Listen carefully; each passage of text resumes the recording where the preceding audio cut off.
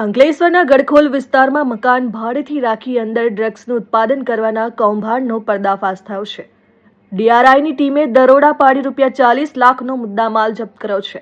સાથે જ 3 આરોપીઓની અટકાયત કરવામાં આવી છે. ભરૂચ જિલ્લાના અંકલેશ્વરના ગડખોલ વિસ્તારમાં આવેલી ઉમિયા ફાર્મ સોસાયટીમાં ભાડે રાખવામાં આવેલ મકાનમાં ચાલતી ડ્રગ્સ બનાવવાની મિની ફેક્ટરીનો દિલ્હી અને સુરતની ડીઆરઆઈની સંયુક્ત કાર્યવાહીમાં પર્દાફાશ થયો છે. દરોડા દરમિયાન અંદાજે ₹40 લાખની કિંમતનું મેફેડ્રોન ડ્રગ્સ જપ્ત કરવામાં આવ્યો. ઉપરાંત ડ્રગ્સના ઉત્પાદન માટે વપરાતું રો મટીરિયલ અને અન્ય સામગ્રી પણ મળી આવી હતી. મકાનમાં રૂમમાં કેમિકલ પ્રોસેસ માટે લેબ તૈયાર કરાયું હોવાનું બહાર આવ્યું છે. તપાસ એજન્સીએ સમગ્ર સામગ્રી કબજે કરીને મકાનને સીલ કરી દીધું છે. આ મામલે 3 શંકાસ્પદ વ્યક્તિઓની અટકાયત કરવામાં આવી છે. તેમની પૂછપરછના આધારે ડ્રગ્સના ઉત્પાદન અને સપ્લાય ચેઇન સાથે સંકળાયેલા અન્ય લોકો સુધી પહોંચવાના પ્રયાસો હાથ ધરવામાં આવ્યા છે. ડીઆરઆઈ દ્વારા સમગ્ર કેસમાં વધુ તપાસ ચાલુ છે.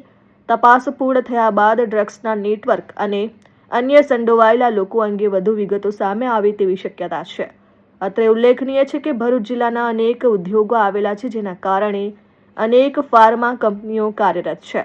ત્યારે અંકલેશ્વરમાં જીવન રક્ષક દવાઓના ઉત્પાદનની આડમાં ડ્રગ્સ બનાવાતું હોવાના કૌભાંડનો પર્દાફાશ થઈ ચૂક્યો છે.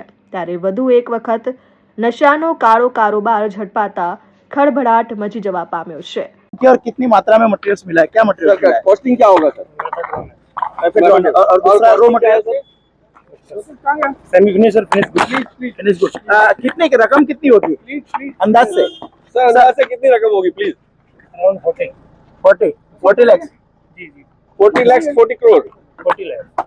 Sachin Patel, RN news, Bharuch, Ankleshwar.